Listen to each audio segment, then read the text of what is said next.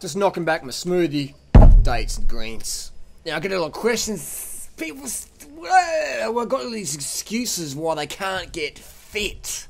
Why they can't get on the fucking bike and ride to work. Why they can't do it.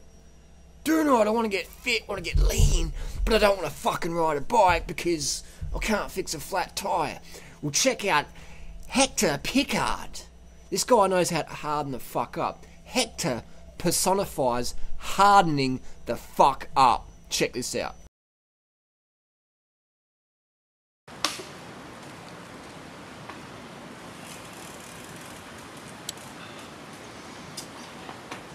Hi, my name is Hector Pickard, and recently I rode across the country to raise money for a little boy named Jameson Davis. It was called Hands for Baby Jameson. And I ran against all obstacles, and one of the obstacles I had to overcome was actually changing a flat tire. And I did promise Jameson I would teach him how to do that just using my feet, my stump, and my teeth. So here we go.